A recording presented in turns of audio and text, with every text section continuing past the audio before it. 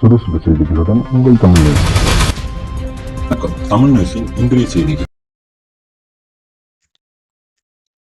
வணக்கம்.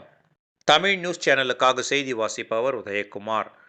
திருத்தணி அரக்கோணம் சாலையில் பொதுமக்கள் மாபெரும் கண்டன ஆர்ப்பாட்டம். இனி விரிவான செய்தி. திருத்தணி அரக்கோணம் சாலையில் வள்ளியம்மாபுரம் அருகில் மாநில நெடுஞ்சாலையில் கார்த்திகேயபுரம் பஞ்சாயத்து மக்கள் கார்த்திகேயபுரம் பஞ்சாயத்தை திருத்தணி நகராட்சியில் இணைப்பதற்கு எதிர்ப்பு தெரிவித்து 200க்கும் மேற்பட்ட பெண்கள் மற்றும் பொதுமக்கள் மாபெரும் கண்டன ஆர்ப்பாட்டத்தில் ஈடுபட்டனர். இதையடுத்து இப்பகுதியில் டிஎஸ்பி கந்தன் தலைமையில் பலத்த போலீஸ் பாதுகாப்பு போடப்பட்டிருந்தது. தொடர்ந்து சம்பவ இடத்திற்கு வந்த திருத்தணி வட்டாட்சியர் மலர்விழி பொதுமக்களிடம் பேச்சுவார்த்தை நடத்தினார். பேச்சுவார்த்தையின் முடிவில் பொதுமக்கள் போராட்டத்தை கைவிட்டு கலைந்து சென்றனர். இதனால் அரக்கோணம் திருத்தணி மாநில நெடுஞ்சாலைகள் 2 மணி நேரம் பரபரப்பான சூழ்நிலை காணப்பட்டது. இந்த போராட்டம் குறித்து தேசிய நீதி கட்சி தலைவர் வழக்கறிஞர் கமல்நாதன் கூறுகையில்,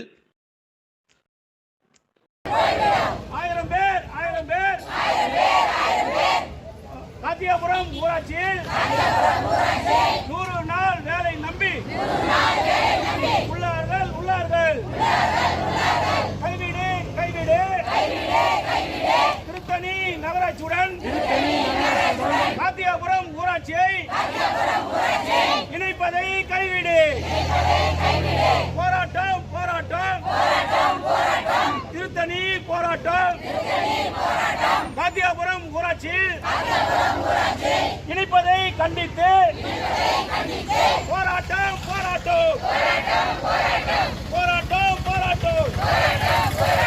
கைவிடு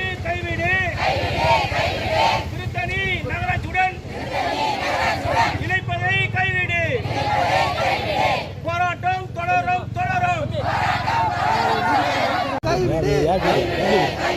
கார்த்திகேயபுரம் ஊராட்சியை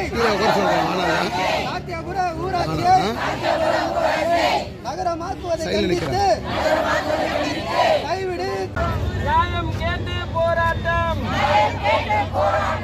கைவிடு.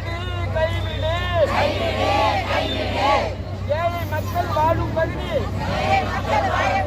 உணர்வுகளை பிரதிபலிக்கக்கூடிய வகையில் இந்த எங்களுடைய கருத்துக்களை இங்கே முன்னாடி பதிவு செய்ய ஆசைப்படுறோம். இப்போ கார்த்திகேயபுரம் பஞ்சாயத்து என்பது ஊராட்சி என்பது ஒரு பின்தங்கிய பகுதி. இந்த பின்தங்கிய பகுதியில் எல்லாமே ஹைவேல மட்டும்தான் அவங்க ரெக்கார்ட் பண்ணிக்கிறாங்க தவிர பின்தங்கிய பகுதியில் யாருமே அது பெருசாக எடுத்துக்கிறதில்ல. இதில் ஒரு விஷயம் என்னன்னா, எங்கள் கார்த்திகேயபுரம் பஞ்சாயத்தில் பழங்குடியின இன மக்கள் அதிகமாக வசிக்கிறாங்க.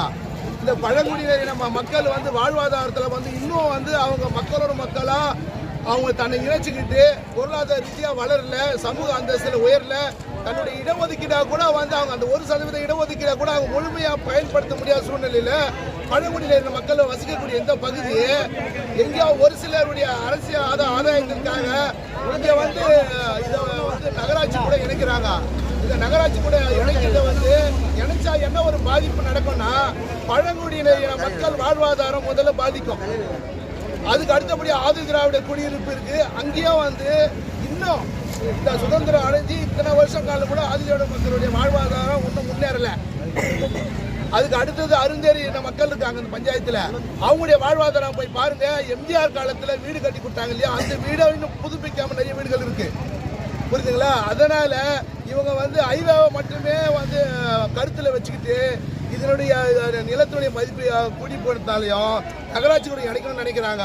ஆனா உள்ள பார்க்கணும், பழங்குடியினர் மக்கள் எப்படி இருக்காங்க, ஆதி திராவிட மக்கள் எப்படி இருக்காங்க, அருந்ததியின மக்கள் எப்படி இருக்கிறாங்க, அதே போல பிசி மக்களும் பெரிய அளவுக்கு வசதி இல்லை, எம்பிசி மக்களும் ஏழ்மையாக இருக்கிறாங்க.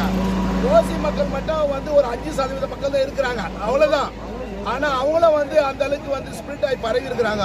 அதனால கார்த்திகேயபுரம் ஊராட்சியின் சார்பா நாங்க கருத்தை பதிவு பண்றது என்னன்னா, இதை நகராட்சி கூட எங்களை இணைச்சா முதல்ல 100 நாள் வாழ்வாதாரம் பாதிக்கும்.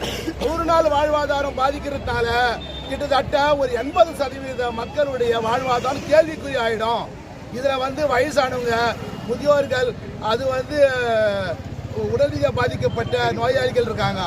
அதனால பெண்கள் கூட பாதிக்கப்படும். தயவு செஞ்சு தமிழக அரசாங்கமும் இந்த நகர்ப்புற ஊராட்சி அமைப்பும் இந்த அதாவது மாநில தேர்தல் ஆணையமாக ஒரு முடிவு பண்ணி தயவு செஞ்சு இந்த கார்த்திகாபுரம் ஊராட்சி கூட இதை கார்த்திகை ஊராட்சியை வந்து திருச்சி நகராட்சியோட இணைக்கிறத 100% கைவிடணும்.